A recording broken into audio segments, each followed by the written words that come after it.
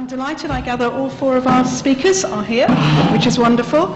So we'll say 15 minutes for each presentation, if that's all right. And I'm going to be very dictatorial and wave my 3-minute piece of paper 3 minutes before the end, and then I'll start looking ferocious at you and make my eyebrows meet in the middle. So first of all, I'm delighted to welcome Dr. Nadine Sika, also from the AUC, who's also with me on the Power to Youth, the sister program for SAHWA. Nadine, can I hand over? Yes. Thank you, Emma. Thank you everyone for being here.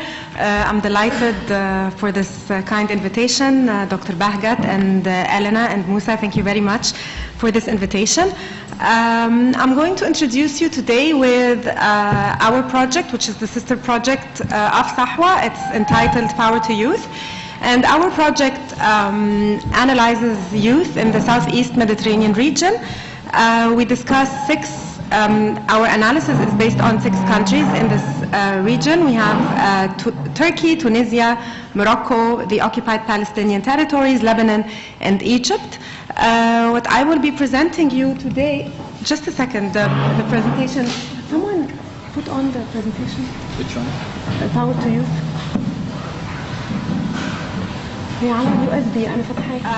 And the research I'm going to present you with is the first outcome of the fieldwork. This fieldwork is based on qualitative fieldwork. It's based on semi-structured interviews and focus groups. Each of those 6 countries has done 5 or 6 focus groups with young people. And 5 to 6 focus groups. So the fieldwork is basically conducted with young people who belong to various civil society organizations, political parties, protest movements, and just young independent activists. Their ages is between 80 and 30, and the research has basically been conducted during the past year. Now, our major focus, we have 3 major questions throughout this research project. First of all, we wanted to understand the structural factors which constrain young people to participate in their polities and in their organizations. What are the factors that impede their participation, and what are the factors that enhance their participation? The second question we were interested in was what the different types of youth activism and youth mobilization are in the region. How do young people participate differently in the region, and what are the commonalities and what are the differences between those young organized youth? The third question is what is the transformative role of those young people in the different areas, and how do they influence public space? To start with, we've done analysis in the 6 countries on the major structural impediments to young people's participation, and we found out that there are a lot of commonalities between those 6 countries. We have, prior to the Arab uprisings, we had a lot of, evidently, corruption, crony capitalism. But through asking those young people and through doing field research, we were wondering whether this had stopped after the Arab uprising. Evidently, also crony capitalism and corruption ensue. There has been structurally an interest in, throughout the 1990s and throughout the 2000s, an interest in increasing the number of non-governmental organizations and civil society organizations. Nevertheless, this type of civic participation and this type of organizations has actually reinforced authoritarianism in countries like Turkey, Morocco, Egypt, and Tunisia. It reinforced sectarianism in Lebanon, and it actually reinforced occupation in the occupied Palestinian territories. One of the major structural impediments to young people's participation and inclusion in the polities within the region is the educational system, which is basically a barrier to young people's inclusion both in the public and the political spheres. Now, looking at the types of participation that young people are interested in, where, how do they participate? We've been seeing an increase in the number of young people participating in NGOs. However, the surge of this participation was during the 1990s, and there was an increase in the number and the scope of those NGOs. However, it led to an NGOization of the public sphere and of the ruling elite. So the increased number of NGOs was catered mainly to young people who were content with the political system and with the social system, and these were directly included in the non-governmental organizations, but the rest have been excluded. The increase in the number of NGOs was evident in Lebanon, Egypt, Tunisia, Morocco since the late 90s until the early 2000s. There's also been an increased interest in unconventional forms of political and civic participation. There's an increase in the number and scope of young people who participate in protest movement, in independent activism, and in youth initiatives and campaigns. There's an interesting phenomenon when it comes to young people's participation. As my colleagues prior to this panel have been discussing, young people are not interested in political parties generally in the SEM, but surprisingly in Egypt they are interested in political parties. A lot of young people have participated in different political parties, especially after the 2011 uprising. But after 2013, there has been a decrease in the participation of those young people in political parties.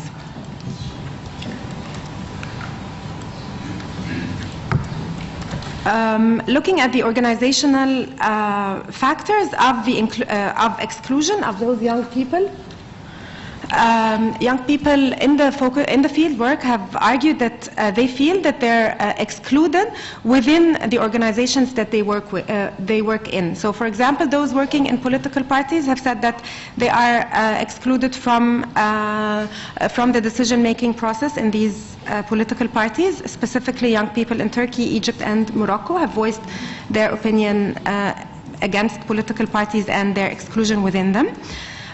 Also, in the NGOs, although they are part of a lot of NGOs and a lot of civil society organizations, their voices are not heard and they're organizationally excluded from the decision-making process they're in. There are only a very few youth wings in political parties in those 6 countries. Only Lebanon, Turkey, and Egypt have political parties with youth wings. Nevertheless, they are very few in Lebanon and in Turkey and Egypt. In Lebanon, most of the political parties have vibrant youth wings therein. So, while asking young people what is it that makes them young activists in this region of the world, they discussed their interest in issue-specific activism. So now there's a surge in there's a rise in independent activism, in non-conventional activism, and they're extremely interested in issue-specific activism instead of all-encompassing activism like the 1990s. There's an increase in the number of LGBT movements in all SEM countries except in Egypt. This was a taboo. None of the participants discussed this, and there is no movement therein. There's also a rise in the number of unconventional manners of mobilization. So mobilization in those countries is based on crowdfunding initiatives and initiatives and hunger strikes and what have you. There's also a very interesting phenomenon, which is the rise in the number of women participating in the mobilization process and in those unconventional manners of activism. All countries analyzed except for Egypt have had an increase in the cross-ideological presence of movements. Egypt, since 2012, there is a decrease in the number of movements who are cross-ideological. The social networking is an important phenomenon for activists, and there's also an increase in the non-movements, which is the Abayat's famous collective actions by non-collective actors. So some people would gather around one issue area, they would be interested in it, but essentially they are not part of any organization, and it's only time-based. So it could rise, they could rise and fall instantaneously, they can just gather around one campaign and then become disengaged afterwards. It's not a phenomenon that is always present. What are the country-specific activism? What kind of activism or what kind of movements have been increasing in the region? We see in Lebanon an increase in the number of youth activism was seen in 2012 with a movement entitled Take Back Parliament. The most recent is the Youth Think movement. And this movement is basically interested in having basic services, in increasing the public space, and and it's fighting against the privatization of the coastline.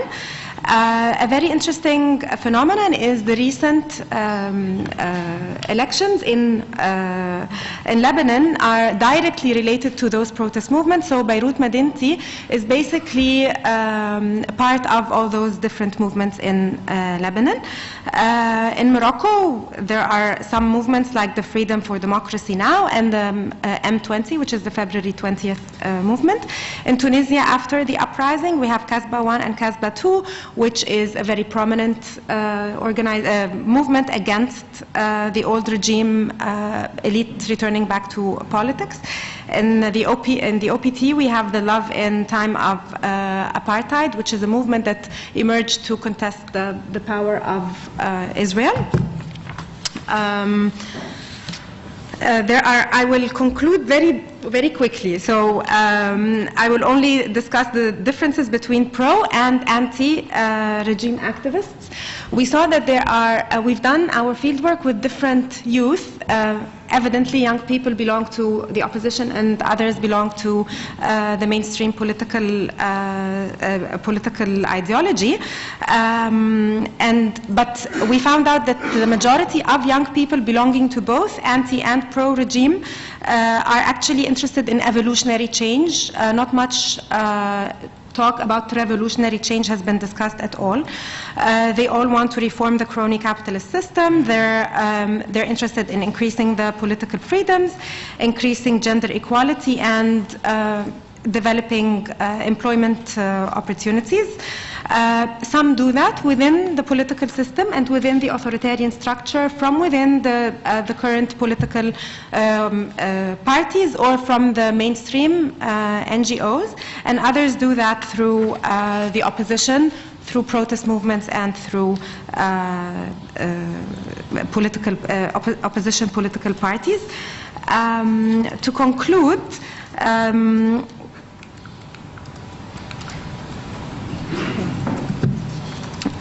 there are certain country-specific conclusions.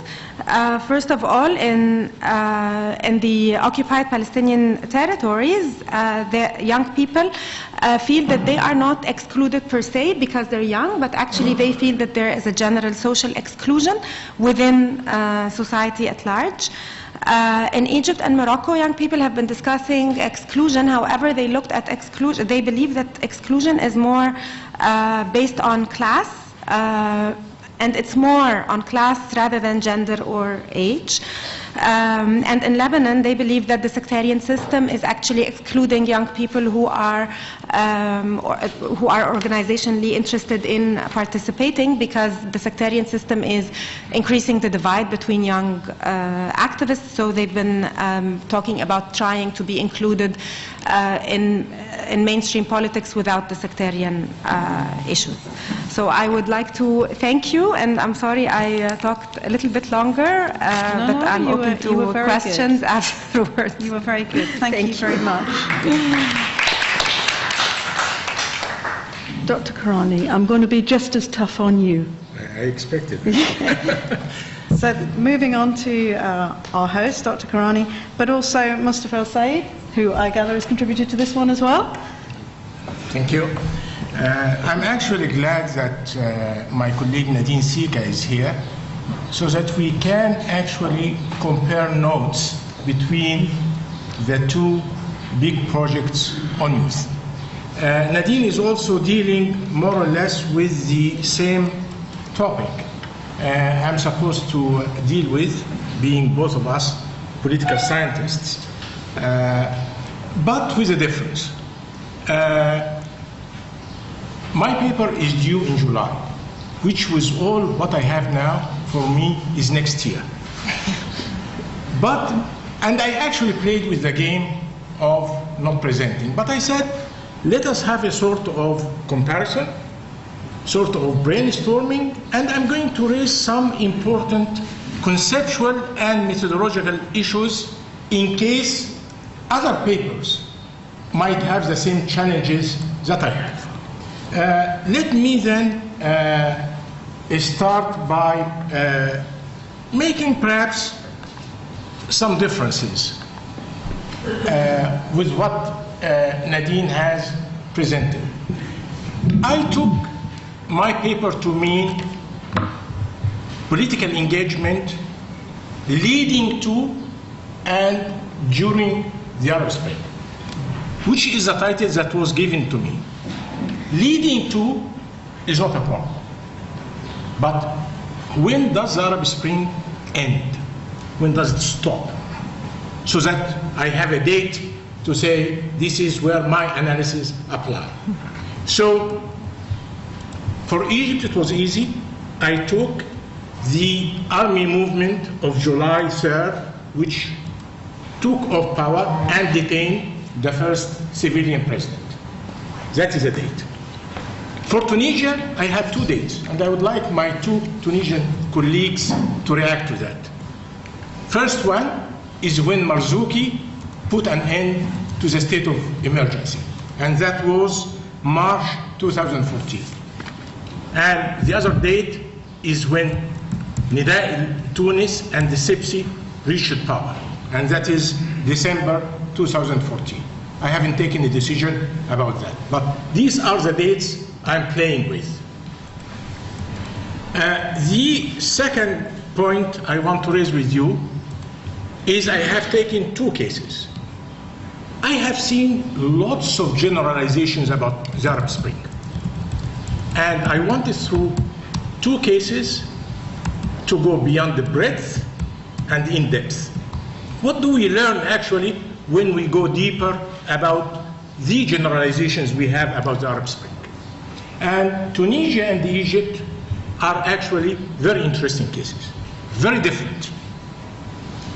Egypt is 8 times the population of Tunisia. But Tunisia pioneered the Arab Spring. Tunisia also started from the countryside and went into urban areas. Egypt is the opposite. So these are actually two very interesting cases. Both of them, however, are what I call relative successes in terms of Arab Spring. Relative successes compared to Yemen, Libya, and Syria. These are the 5 republics that have gone through the Arab Spring. Obviously, I can hear Sukaina saying it is easy to be a success in this case. Yeah. but But this is how I define the two cases and their implications. Data problems. Huge about Tunisia. Egypt is over-researched. Tunisia is under-researched, especially in quantitative aspects. I mean, English and Arabic, Egypt is certainly dominant in terms of research. When you go into French, there is a balance between Tunisia and Egypt. But then the French have that tendency for qualitative, interpretative research. Very little public opinion surveys. And this is why I would like very much to hear my Tunisian colleagues about the surveys they have done in Tunisia. We have gone through some of the public opinion surveys done in the Arab world. The Arab Barometer and a program called ASDA, which comes from the Gulf and started in 2008. And it might be interesting actually for the two projects to look into these surveys and compare the findings. And in ASDA, for instance, Tunisia didn't appear except in 2012. Before that, Tunisia didn't exist. So I would like very much some quantitative help about Tunisia in this respect.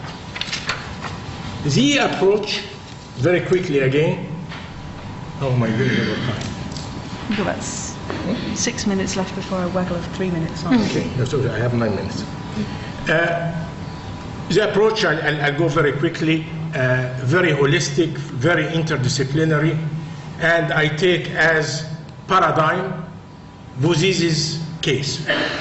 Started with an economic aspect, but then involved in it the humiliation, the social exclusion, and all of that. Let me come to what I call redefinitions, both of the youth and of the Arab Spring.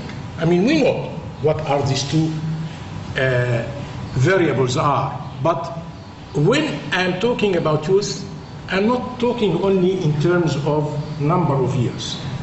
I mean, this is an important aspect, but I think of them three aspects: technologically savvy,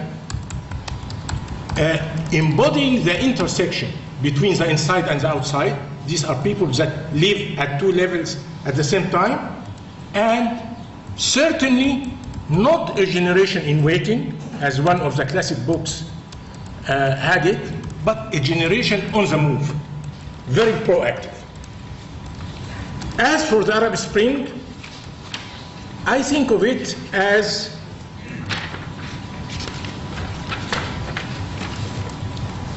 embodying a generational shift.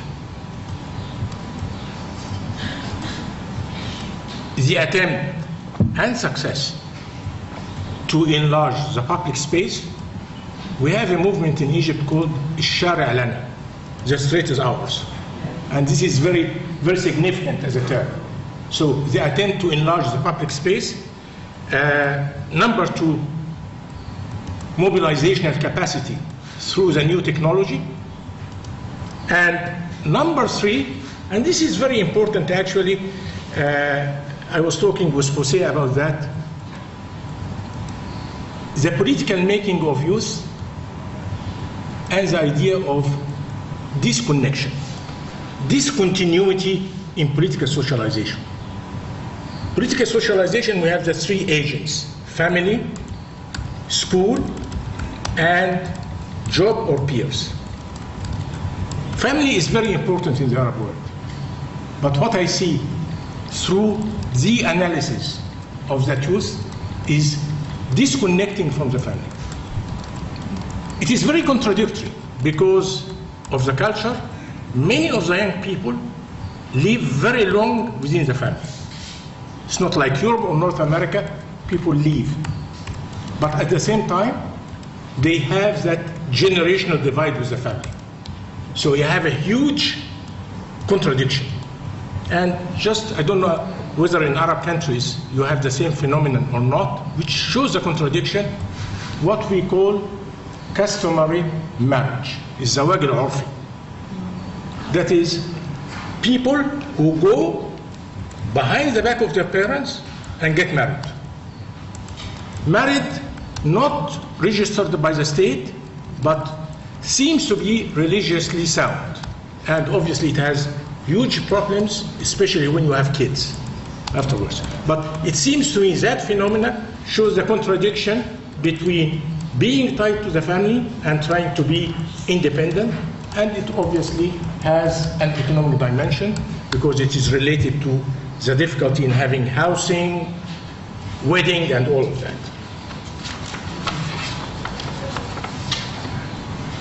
Let me run, and this is really the core of the paper, the political engagement. And I have in addition to the discontinuity in political socialization that I have emphasized, I have one important point also I would like to share with my colleagues here. When you look at formal political participation, this is misleading. It is the informal that is primary. And here I would like to have Nadine's reaction, because I noticed, for instance, in Egypt, very low turnout in elections, mistrust of the system and the political elites. And hence, these people go through other means to engage politically. One aspect is certainly social media, but also another aspect is to go into groups which are not politically explicit, but yet they try to take over the public space. Football groupings. We have the big ultras here. I don't know if in Tunisia there is the same thing, but these are the things actually that we need to analyze rather than political parties, trade unions, or the rest. I think that doesn't give us very much. Then I come to the last point.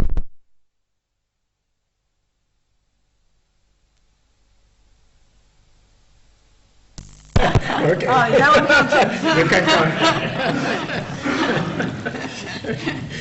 And that is the transition.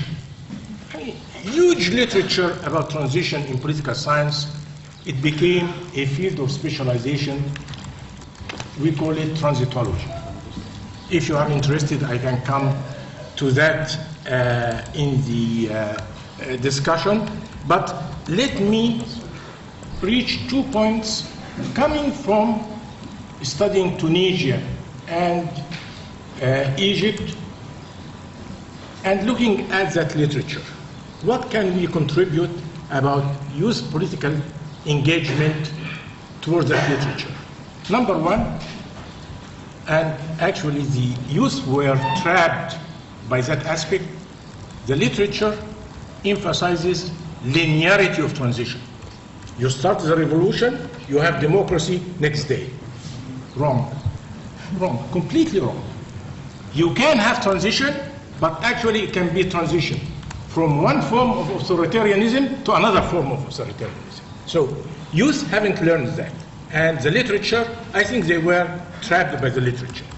Number two, the idea that the democratization process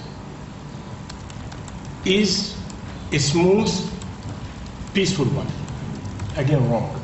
It is full of conflict, fragmentation, and actually fighting among youth groups.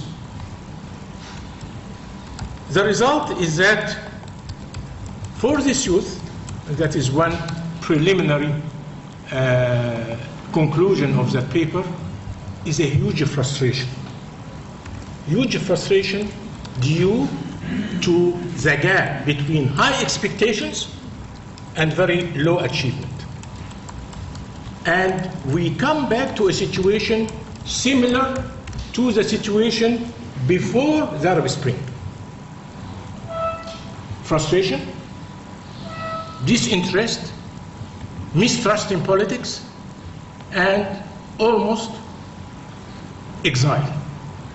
Again, formally. Informally, I think lots of things are going underneath, and we might have actually another Arab Spring in preparation. Thank you. Thank you very much. Go. After all that indication of activism and interest in politics, I think our speaker's just run away. No, there we go. We're now going to talk about disinterest in politics, and I will hand over to Dr. Karim Maiche. Yes. Thank you.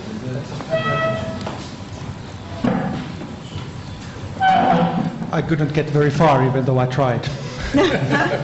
So, my name is Karim Maiche, and I'm very happy to be here, and thank you for all the organizations and all the people interested in our topics. I think we have very, very interesting discussion for today for very important things, and let's hope that we are able to generate good discussion. Unfortunately, Sofia Laine, who is kind of main coordinator from our Finnish part, couldn't make it, so I'm trying to replace as well as I can Sofia's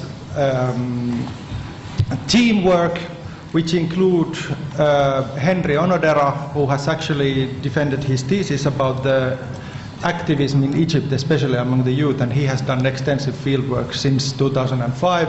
We have also Bruno Lefort, who has also defended his thesis about the political university movements.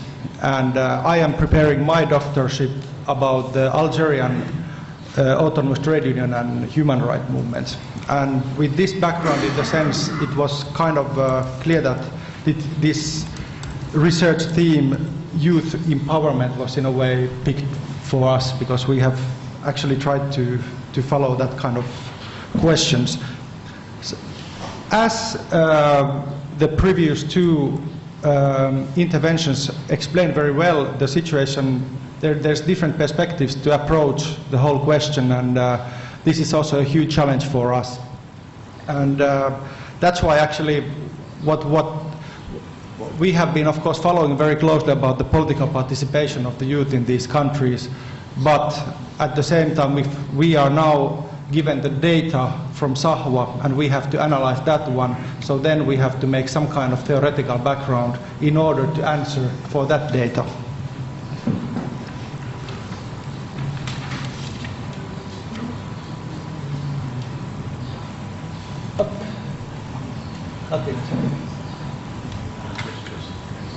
Sorry? Okay. So, should we speak about engagement or disengagement? That's the first discussion, which is actually coming from the data. During the last 2 years, as was previously explained, there has been decrease of manifest political participation by young people in Arab Mediterranean countries. Even though there might be in papers many associations and organizations, when we go deep into the ground, more than 50% very often does not even function. There are only names in the paper.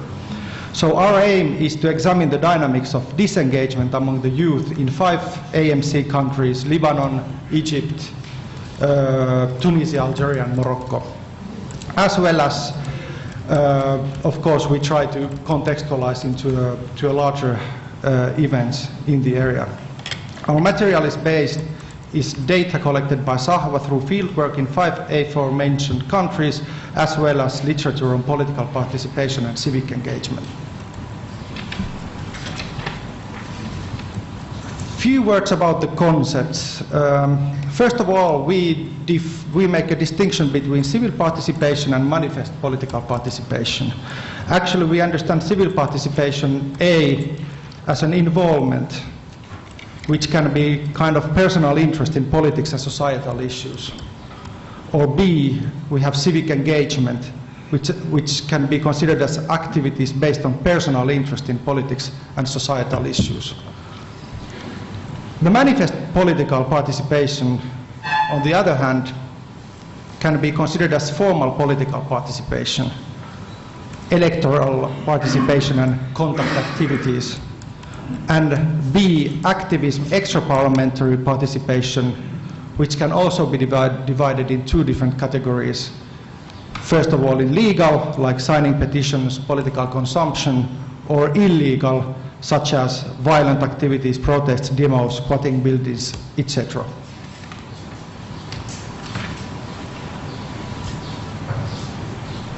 So what about the definition of non-participation or disengagement? Even there we can follow a distinction between two different aspects. There's active forms that can be considered as anti-political, but they are still active forms. They can be non-voting, political disaffection, or somebody who is actively avoiding reading newspapers or watching TV when it comes to political issues. Or avoiding talking about politics and perceiving politics as disgusting, or deliberate non-political lifestyles such as hedonism, consumerism, and so forth.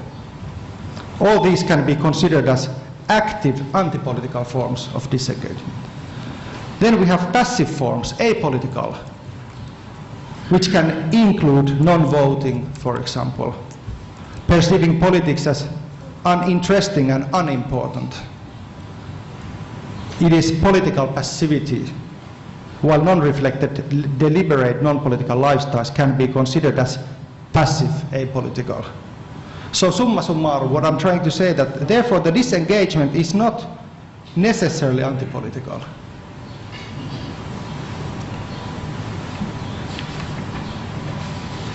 We have been speaking about before the Arab Spring and after the Arab Spring.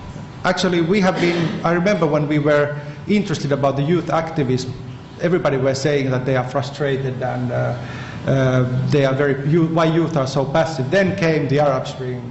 Suddenly all the people, all the youth were seen as very active people. And now, of course, we have seen the outcomes. And now we are starting again to speak how youth are passive and how they are disengaged and so on. And actually, I would like to remind our Germanian colleague, Jochen Tholen, about the former, very ancient discussion about Carl Schmitt, about political in Weimarian Germany. And he considered that how people were so apolitical, and this was the period before Hitler came. On the contrary, Max Weber saw the whole situation vice versa. He was saying that the society is so political, actually, that we are going to see something very soon. So what is the concept of political? We are in a way drifting away from this kind of sectorial understanding of political, which means that political can be considered only as some kind of happening which is taking place in the parliaments, in the ministries, and so on. We understand political as we have some kind of aspectual way of understanding politics, where everything can have a political aspect that, of course, articulates through conflicts. Even this table can be politicized. If we start to look like that who is sitting in this table can eat more, then we start to see and fight who is women, who is rich, who is this and that, who is coming from where. And on the other hand, another point that we would like to add, that one can be simultaneously active and passive. Same person can be active in different periods or in different issues. There's one who can be very active in environmental questions, but he can totally neglect, for example, everything which is related on gender equality. So some people might consider him or her inactive. And of course there are always different ways of engagement. And then we should also remember what is the role of various life spheres, as you were speaking about the family and the hobbies and the friends and the school and the job, etc. So even the life spheres are affecting on the whole overall picture. So we'd also like to raise the concept of social fatigue, if you're aware about this concept. It is often considered as individuals who feel alienated from their social and political environment and do not engage in debates regarding different alternatives. So our aim is to explore how the young people navigate between attitudes of politicization and depoliticization based on agency, opportunities, aims and aspirations. Oh, too fast. So this is what I was actually speaking, and I don't know if it was there. So a few examples. How much I have time on You've got about 6 minutes left. Excellent. So from the SAHWA data, we are dealing with examples of disengagement. because the data itself consists very little examples of manifest political participation. We search examples of disengagement, such as lack of trust, economic pressure, personal survival, security and repression, intergenerational relations, interpretative, reflective issues such as social contract and political promises that affect the youth, as well as reproduction of ethnic and class differences by the young. So here we have, for example from Morocco. Abdu is saying everyone talks about integration or the involvement of young people in decision making, but how many young people are actually involved in this decision? Does this category of youth, this category of the population, is not exploited in the production of certain policies? Regarding the participation forms, some of them have been mentioned.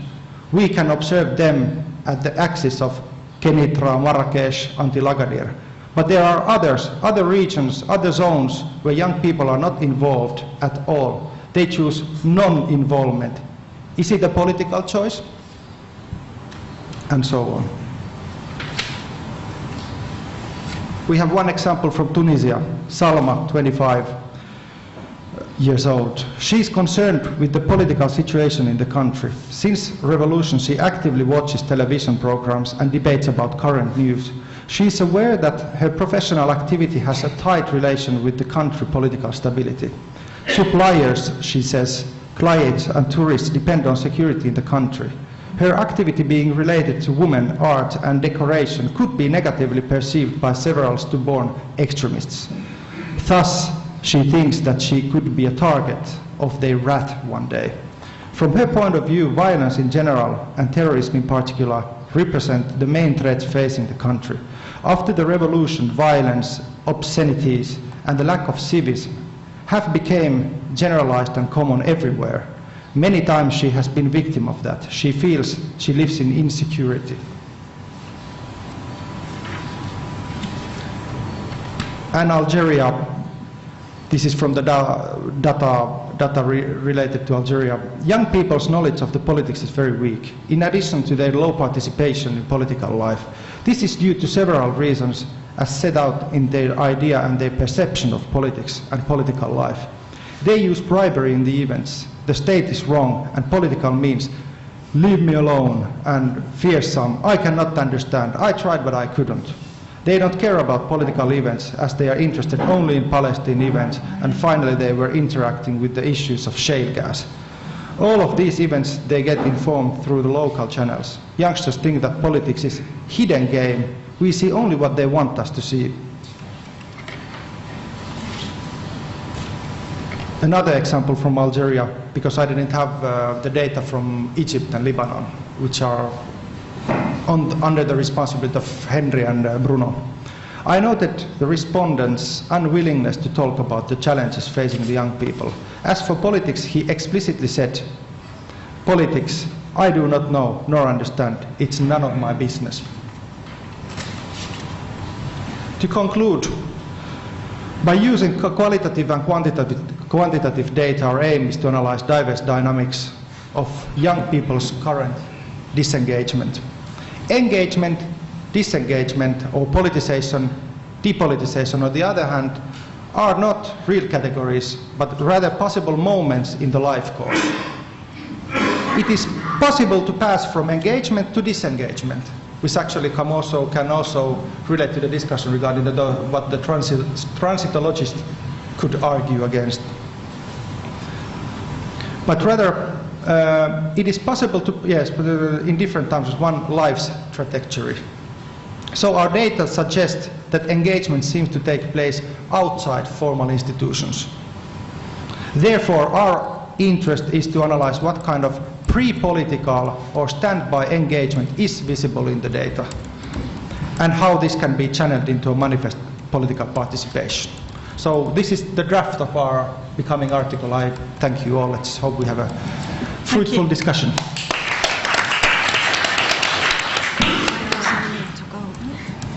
All of our speakers are managing admirably to keep within the time limit on an incredibly engaging and broad subject. So now Dr. Sika Sika Kovacheva has the unenviable task of comparing all of Eastern Europe and all of the Mediterranean countries in another 15 minutes. Gosh.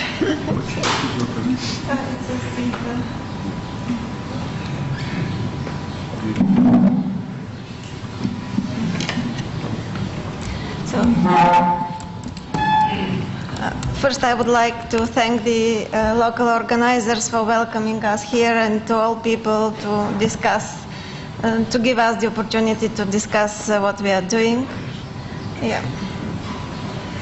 This is a... To the right. Okay.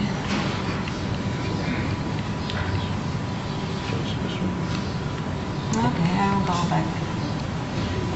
This is the paper that we are writing with one of my doctoral students, and the structure of the report is just very normal. We start with the questions that we are interested in, the methodology, and then we first look at the two regions separately, and at the end we try to find similarities and differences in the youth elite recruitment during social transformations and after that. This was a very big methodological challenge, as Bahgat also mentioned, how to compare so many countries. I invited other of my colleagues, but nobody tried to think whether it's possible to compare so different countries inside Eastern Europe and also inside the region. So we decided to focus on a very specific and small category, youth elite, and see whether there are common mechanisms or something that is very different.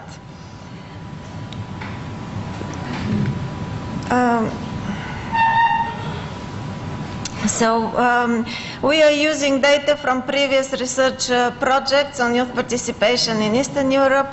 For example, I have done a study on the student movement in Bulgaria, and from the SAHWA methodology we use mostly the qualitative data, and we do rather simple thematic analysis of the summaries and the country case studies that are available to us.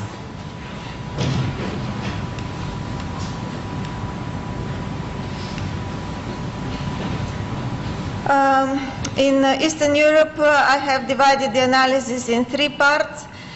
First, we look what was available before the revolution, then how the revolutions opened up some window for other people to come in politics, and then the transition context, what changed then.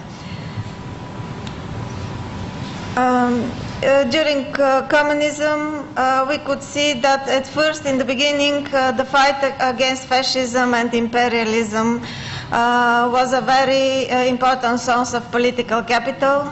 But later on, since the 70s, there was a gradual replacement of the old political cadres with a more competent and professional generation.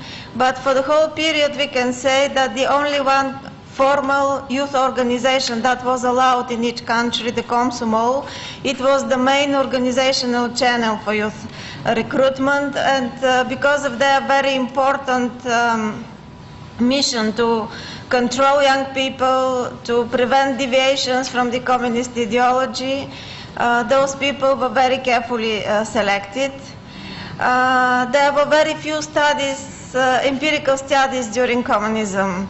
But those that we could get access to showed that despite the official gender equality ideology, in practice there were more men in the higher ranks of the Komsomol. So political elite was more male elite before the change. And also we discovered that family connections were very important as a mechanism to go into the elite. Then during the revolutions, we could say that they were not only or truly youth revolts because they were very diverse social groups, but young people were very highly visible because of their artistic actions.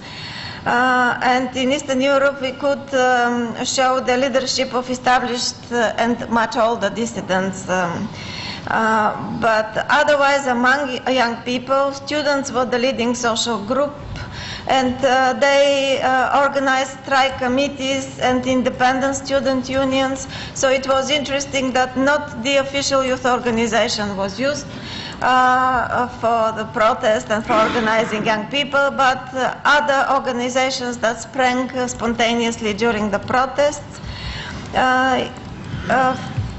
We could say that although the old ideology was disliked and many new ideologies came, in general young people were more pro-European, which also meant anti-Russian, and it was a strange combination of nationalism and European orientation, which is now lost probably. What meant, I was very much interested to see what is the meaning that young people attached during the revolutions on their participation. And we could see high moral concerns, desire for individualization, which was strongly suppressed during communism. And although we speak only about 1989, we could say that young people continued to protest for radicalization of the change, particularly in Bulgaria and Romania, where the countries were lagging behind the others. The transition context, we could say that now youth sections of political parties are becoming the main channel to start a political career. Studies on the social base of this elite, we could see that some are new leaders who have been part of the revolution. Some went to study in the United States, for example, and came back and established new political parties. But there were also many leaders who gained organizational skills and political capital during communism. We used the different typologies of leaders, but we could say that very often a period of political activity was used to access high status jobs. Again, a different ideology, but now European and nationalistic are polarized.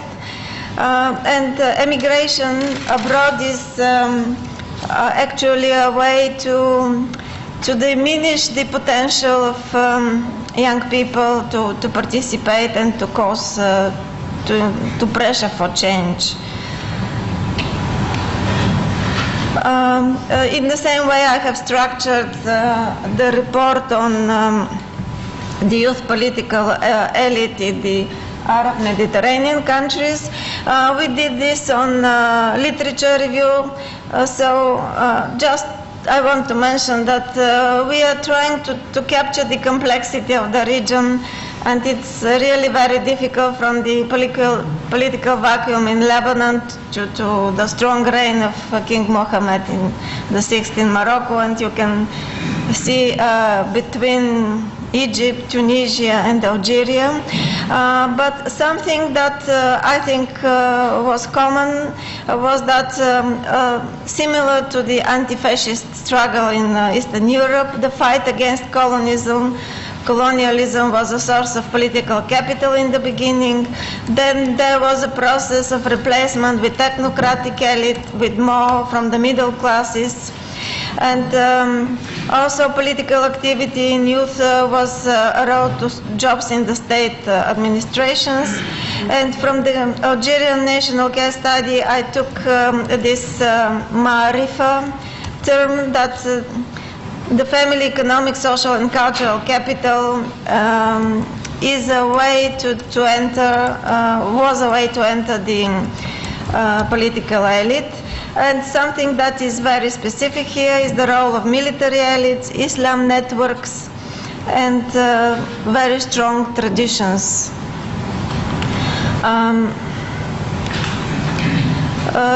During the Arab Spring, we could say that they were very different groups with different orientations, but again, probably the master frame was pro-democracy. A lot of literature speaks about leaderless movements. Actually, from other literature and from some of the case studies, we could say that there were youth sections of political parties very active, although they were not so very visible. Media was attracted by the street protests. I really very much like the Tunisian case study report because there is a big group of youth activists that are analyzed there, and the authors focus upon a particular type of family socialization for this elite group of youth protesters, encourage a family socialization that encourages autonomy in young people.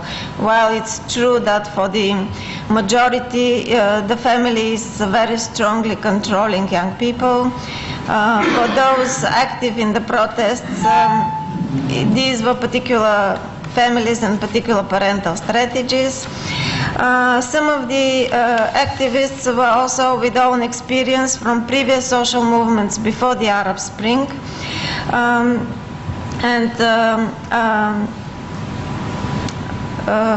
Probably it's the Tunisian report I would just cite that one of the young rappers said that with my dancing I address the power, I tell them that they should move on and change things.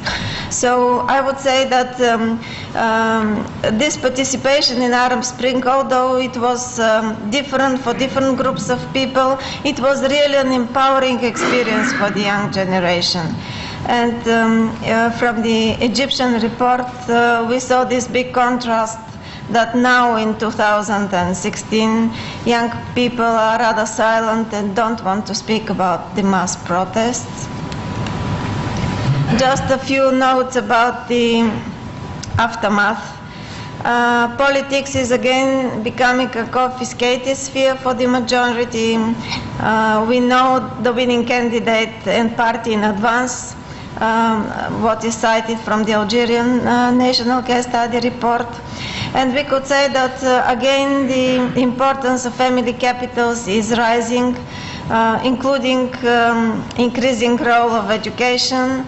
These are usually very prestigious private schools like the university in which we are or in which we were in Lebanon. But again, from the Tunisian case study, I saw that the political power remains a sphere for men only, while women, when they are active, they are engaged mostly in NGOs, maybe trade unions, but not political parties so much. Civil society is used by some young people for criticism of the state. From the literature, we found a lot about the youth quotas in Egypt. Probably it would be interesting if you include some explanation in the National Case Study report. Probably 30% of young people in local governance is not so much when the young constitute 50 or 60%, but still it's something that is given to young people. We could see what the other colleagues also spoke, that when young people participate in political parties, they are just given secondary roles, so they are placed in some schemes, just a reverence for them, but not really to participate in decision making. Again, we should mention the attraction of immigration and also of ICU for taking the youth potential for change away. I will finish with the comparison. Some of the differences that we found important to mention, that the Eastern European countries are rather homogeneous in their population religiously and ethnically, while here in the region, probably except Tunisia, populations are very diverse, which create difficulty in finding a common solution. Then another very different thing was the transition to market economy, which was a very important task in Eastern Europe, while in the Arab Mediterranean country it is quite different. There still need of land reforms and change of the crony capitalism, as was mentioned, but still the change is not that much radical in economic terms. In Eastern Europe, we should mention Gorbachev's policy of non-interference. So when the strong Soviet bloc and the Warsaw Pact collapsed, it was easy the countries to get back their own governance of the countries, while in the Arab countries we see very contradictory foreign influences. Here in the region there is much stronger role of religion, military, the security forces. These were present in Eastern Europe, of course, but they were not so strong. And the patriarchal traditions in the family. A few things about the similarities. I forgot to change. The elites in both countries before the change were rather old, gerontocratic, and young people were largely excluded from politics. In both countries, a split in the elite, political elite, and the change in the leadership in one country provoked similar changes in other countries. In the two regions, protest movements created an opportunity for elite replacement, though it wasn't used everywhere. And young people's participation in both regions demonstrated that young people get engaged with their own issues, so they have concerns with the transition to adulthood and personal autonomy, for their own formation of identity, for greater social justice. And in the post-revolutionary periods, the transmission of family, cultural, social, economic, and political capital becomes an important mechanism. And the youth sections of the parties act everywhere as channels for accumulation, and very often what we see from analysis is that these channels are not used very consciously to create this elite in the making. And to finish, we imagine this report to give us answers to what we have learned about the recruitment of youth political elite and what policy lessons can be derived. And our conclusions are that we need more attention by researchers to the recruitment of youth political elite. We have to be more sensitive to all forms and spaces for youth public participation, not only in conventional elections and demonstrations, and that the youth civic participation is very important because there young people gain skills and knowledge which can be used later in politics. And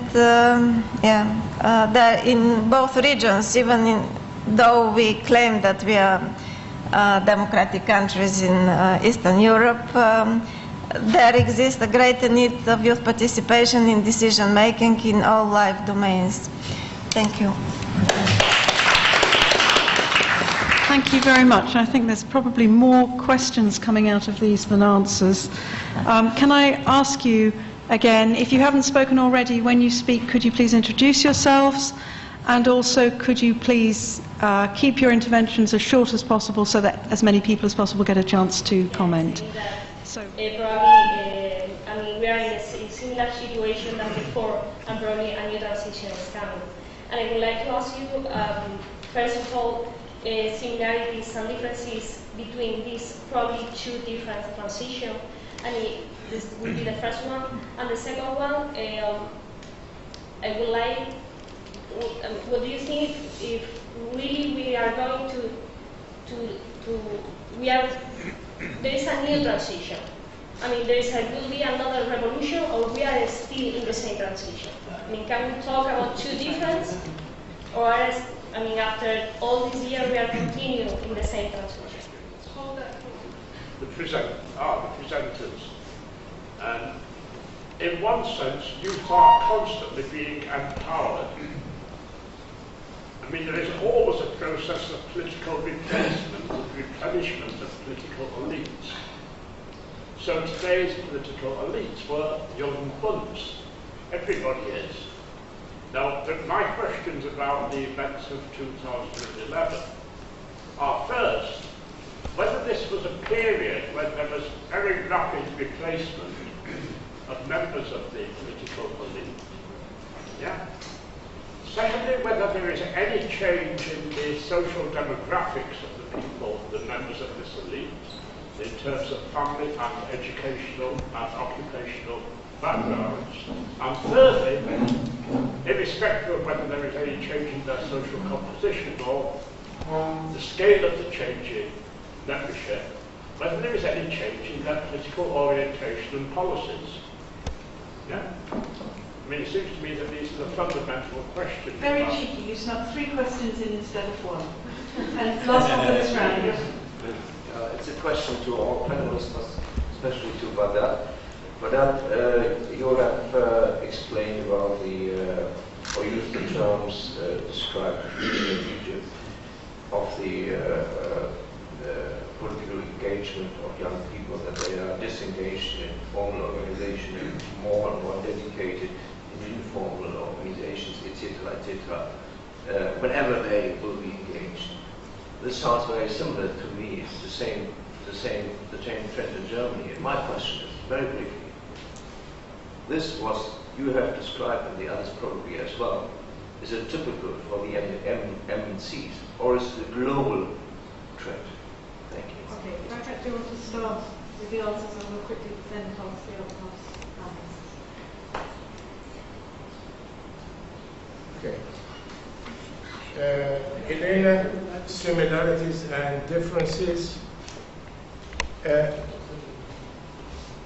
On the surface, when you talk to people, they say we came back to the situation before the Arab Spring. And we have indicators. Who is ruling? Sipsi was a minister with Ben Ali. In Egypt, we have the young people in prison and people who were of the governing party tried and acquitted. So it looks as if we are back to square one, or even worse. I don't take that literally, because first of all, I think of the Arab Spring as a generational shift. It is really political adulthood of the young. And number two, and that is very important, is that in between we had Islamists in power through elections. That has never taken place before. And with them in power, all the glory about Islam is a solution is looked at with skepticism. So, despite the disillusionment, despite the cost, I don't think the Arab Spring has been a waste. We are ahead.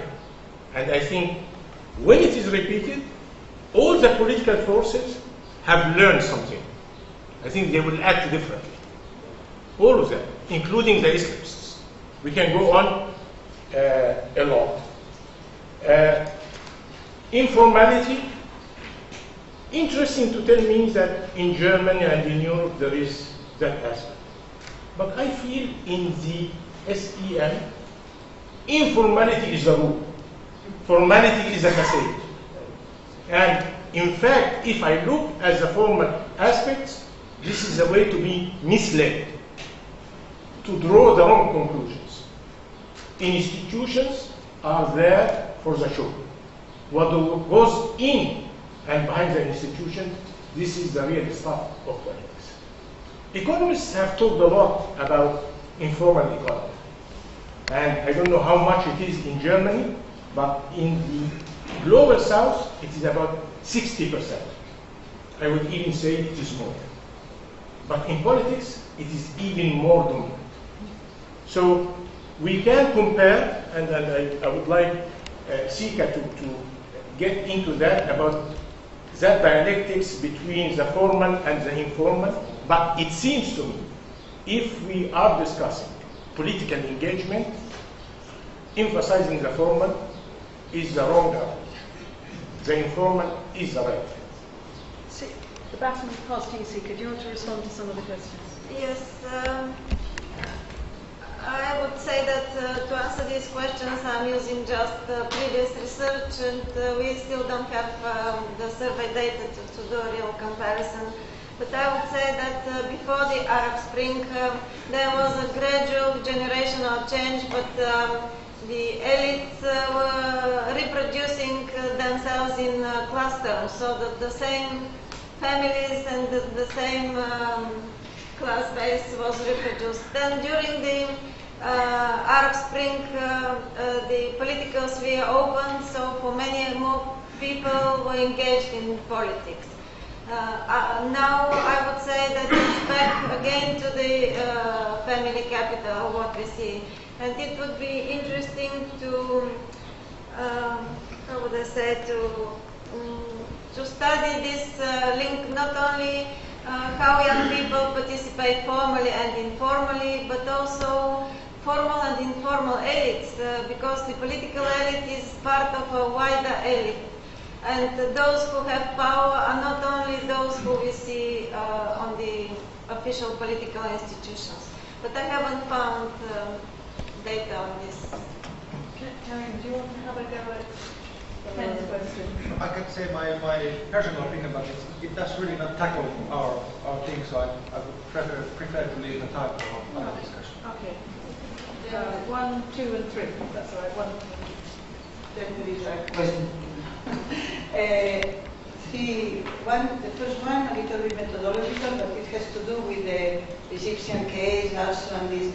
I remember in Morocco when we were discussing at the very beginning about the idea of how to do this research, that we say one of the challenges is this diachronic approach that we need to do, this temporary approach, this flexible approach that is not fixed, is not a picture, no?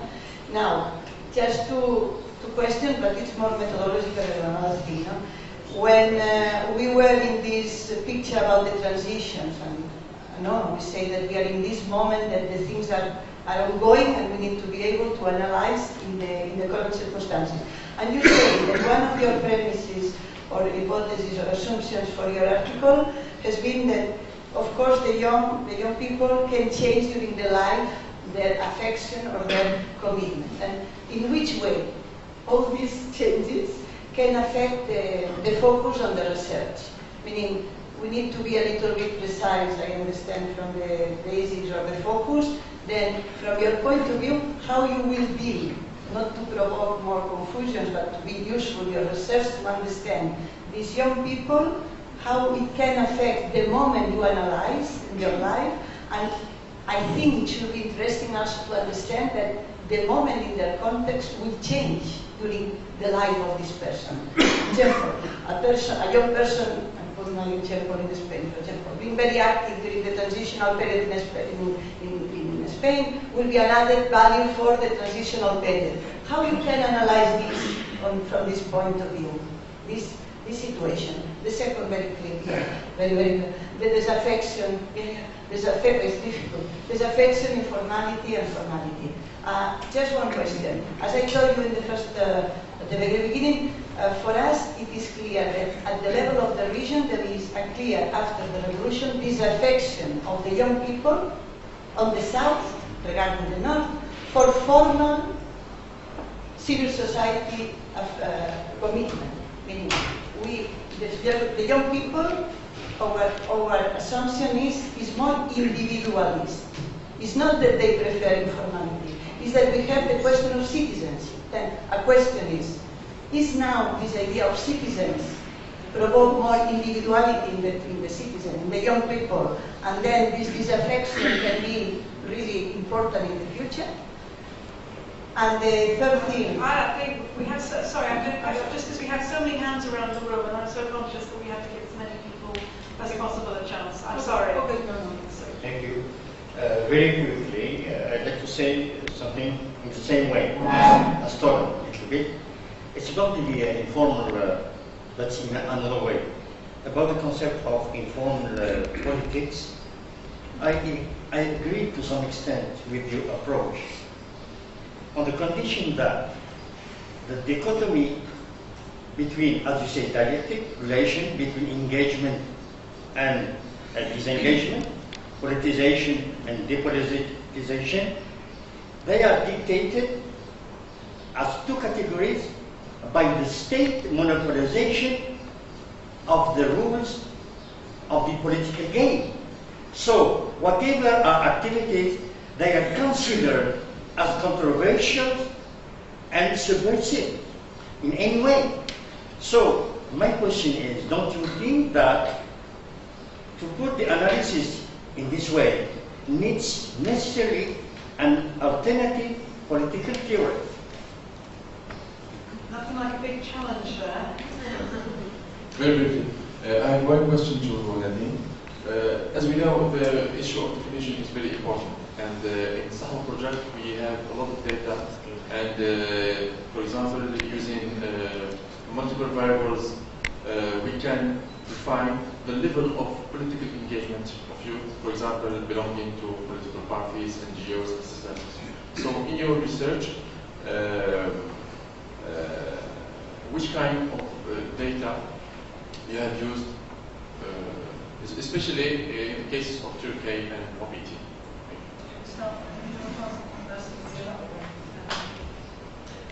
The project is composed of 3 different work packages.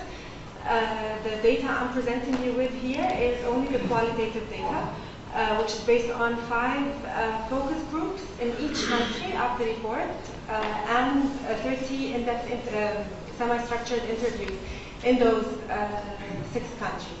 So, but the work package which is afterwards, which is being conducted now in the field, is a quantitative one, which is a survey study. So what I'm presenting you is basically about the qualitative, the interviews and the focus groups, and we have targeted specifically young people who are organized, who are part of political parties, who are politically active, who are in social movements and what have you.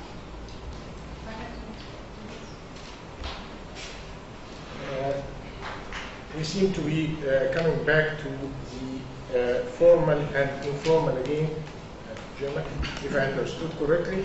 I agree with Jose that this shouldn't be taken as iron categories. It is a range. So it is not black and white. But from my observation of what happened in the Arab Spring, all that has taken place was outside the official civil society organizations. I mean, Tahrir and Bourguiba Street were the real civil society, not the ones that we had. So, for me then, it's not only that the formal is marginal, I go further than that and I say it might be misleading, that if I emphasize it very much, and this is why I would like Nadine to come in, because I have seen that, and I was working with Karim, we tried to see about youth organizations within the established political parties. None. They were marginalized. They excluded. They were looked at as kids and as minors. So these people just went outside the established institutions. So I hope I'm answering your question. But if not, come back to it. Yes, please. Yeah, thank you for very, very interesting questions. Actually, my colleagues asked me to bring the messages, and of course we will discuss all these things together when I get back to Finland, and they are really expected to have some feedback. Regarding the first two questions, I think they were very large questions regarding the social science in general. And for your first question, is it possible to in this paper, for example, can we deal with this question of temporality, for example? I would say no, we are not able to discuss it, but we have to take it into consideration. If we would like to include that in our research, of course, we would at least maybe the SAHWA project should have to continue maybe, and after 3 years we would make another round of fieldwork, and maybe after 6 years another round of fieldwork. So in that case it's not possible. And in general, like make this kind of huge generalizations. That's why, for example, I believe personally that that's one kind of deficit regarding the social sciences in general. We have tendency to make this kind of general assumptions, but in the end we are dealing with the individuals. And of course it's always very difficult to make a fieldwork which takes into consideration the whole population. But still I believe that the field research and social sciences are able to capture individual cases, and in a way they can give us or facilitate some kind of understanding of some larger issues. But there will always be expectations while we are dealing with qualitative research and quantitative research. And quantitative research have their own limits, of course, but let's not go into that one. Regarding the citizenship, I think that citizenship in general should not be considered as some kind of institution. And here again, I would go to the individuality, and I, for example, understand citizenship more as an act of citizenship. Like people, when they go to the streets or they want to imitate, that can be considered as an act of citizenship, for example. Regarding the, I'm trying to be very short, the third question regarding the new political theory, that would be a kind of workshop for somebody to make. I think there are many attempts already, but how we understand politics is not this kind of dichotomy between formal and informal. But I was trying to stress that everything can have political aspect, and it's not something which has to necessarily happen outside of the sectorial space or somewhere informal space. Everything can have political aspect. And it's somehow similar to how, for example, the similar to Foucaultian understanding of power. Power is here and everywhere, potentially. But it does not mean that if power is everywhere, because then if power is everywhere, then it means that power is nowhere. So we need some kind of conflict which articulates, which in a way gives possibility to try to define something political or non-political. But also something which is happening in parliament does not necessarily be political. Or somebody that youth go to the streets and organize a demo, that does not automatically mean that it's political or unpolitical. But there might be elements inside. Animals, and so on. It's a long question, but what we are stressing is this aspectual understanding of politics. I'm told we have time for 2 more questions, so thank you. Thank you very much. Just to sharpen the analysis and the discussion, I would like to ask whether the data allows you to have some correlates of those who are more engaged or get engaged vis-a-vis those who do not get engaged. What are the characteristics? What are the profile of those who engage? What is the profile of those who disengage or do not engage? And then on another point, I'm very grateful to our colleague from presented the Eastern European experience.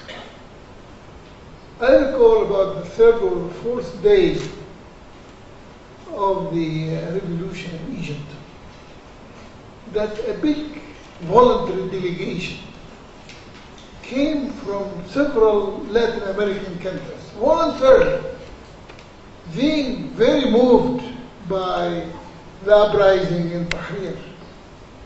And they came to share their experiences in Mexico, Brazil, and Chile.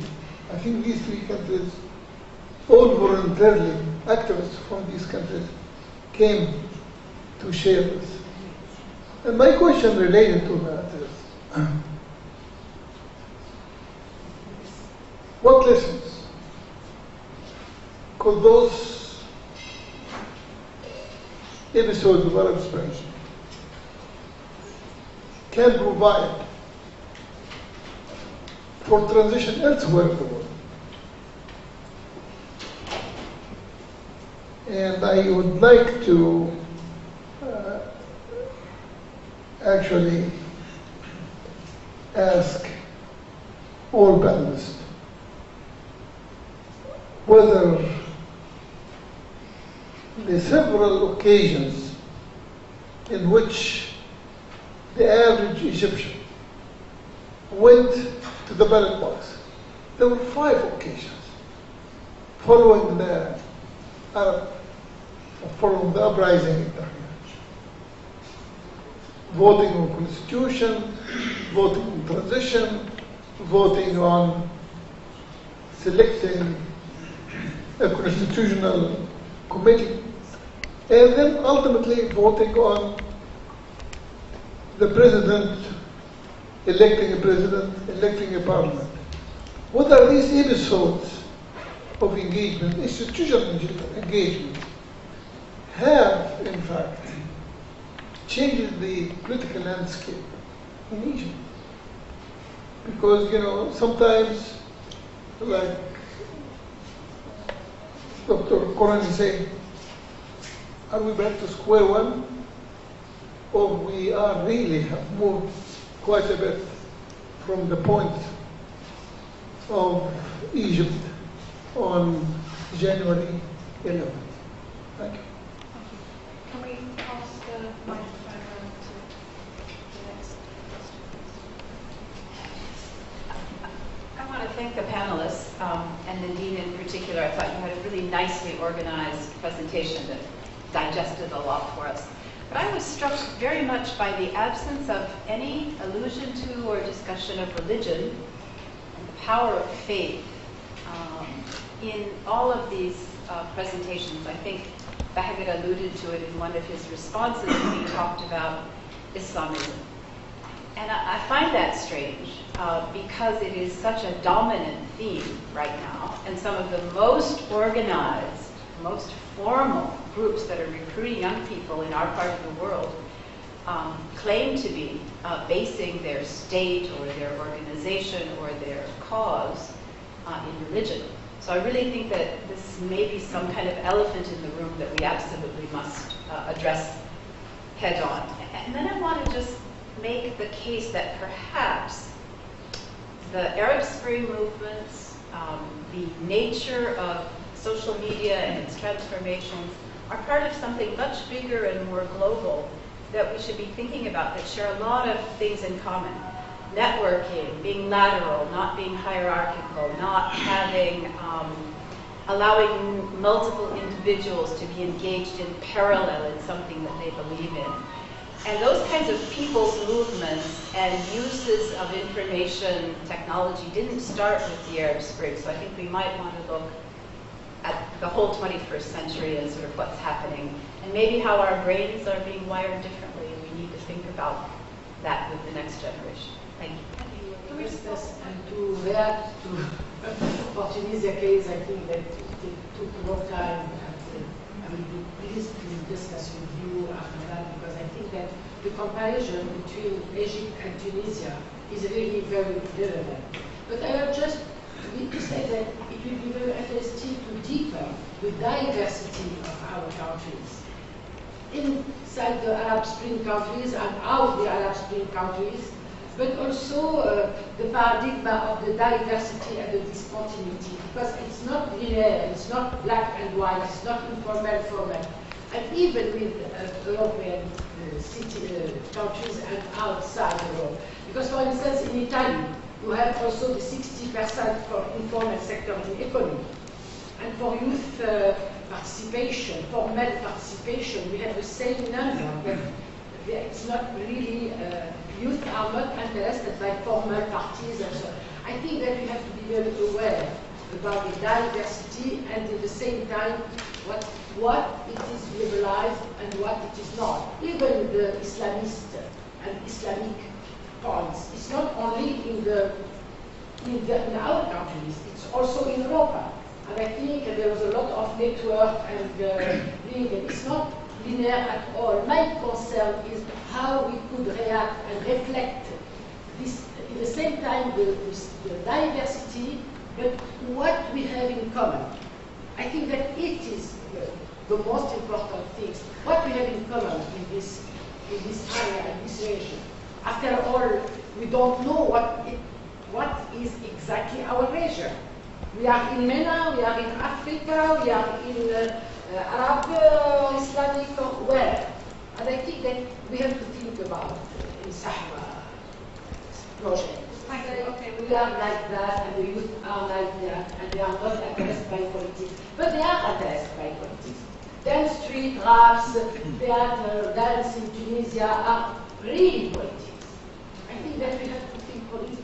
Here, they were not interested or more so afraid to come into our focus group and to conduct the in-depth interviews with us. So it ended up that we really didn't have just in one focus group. We had one who was a former FJP member, but other than that, we really didn't have Islamists. Every time we contacted them, they agreed that they would do the interview, but then on the day or at the hour they wouldn't show up.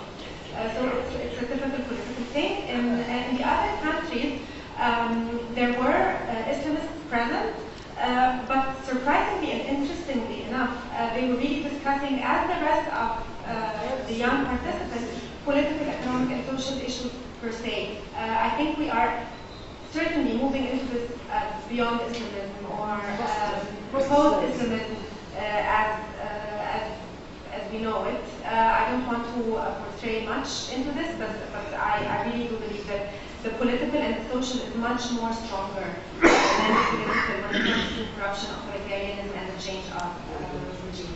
That's basically it.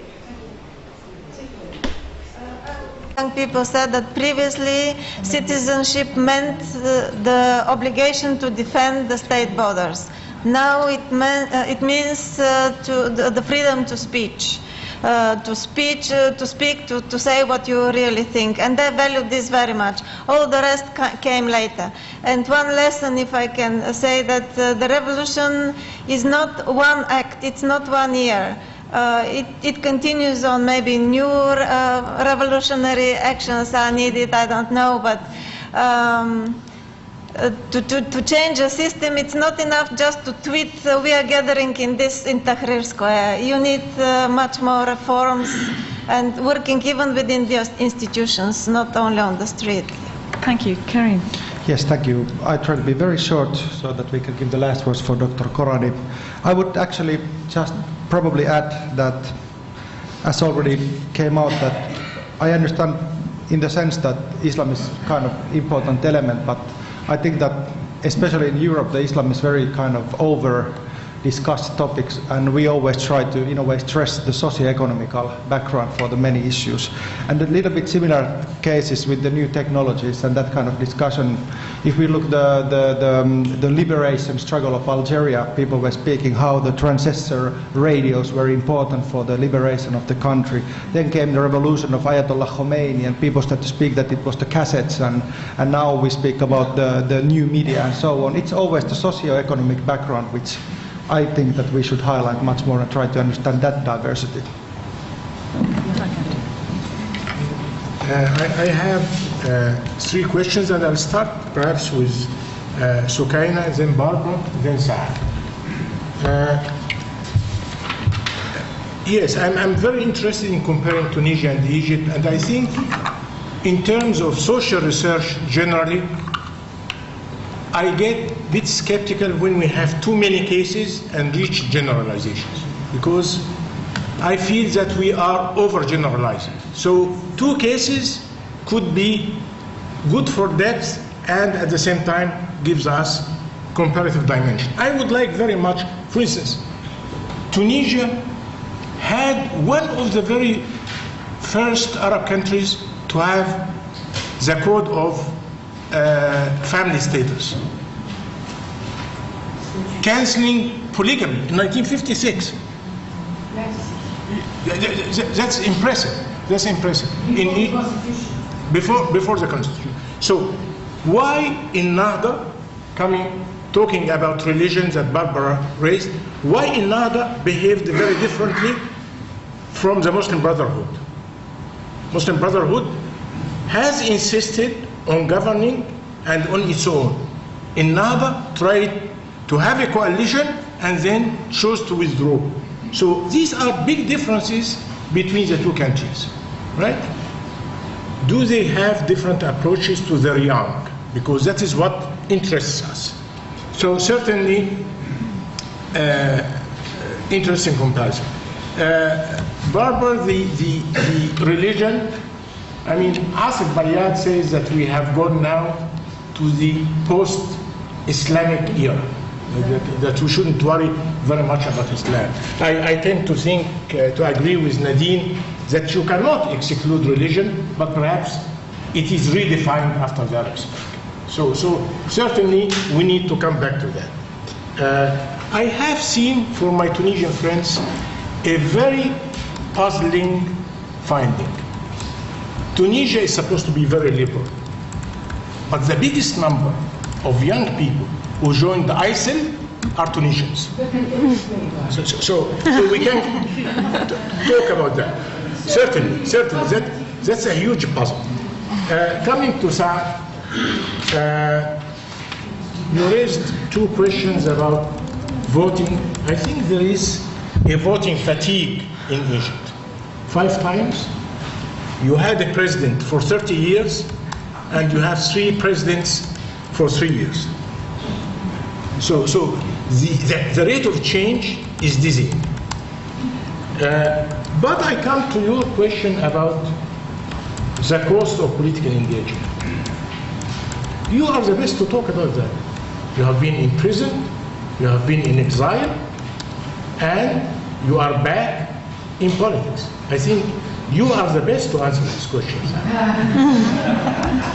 Fantastic. Thank you very much. We're slightly late for lunch, but I think it was worthwhile.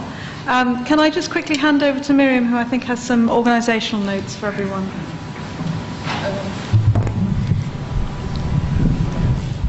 It's just 3 organizational notes. First, about the Wi-Fi.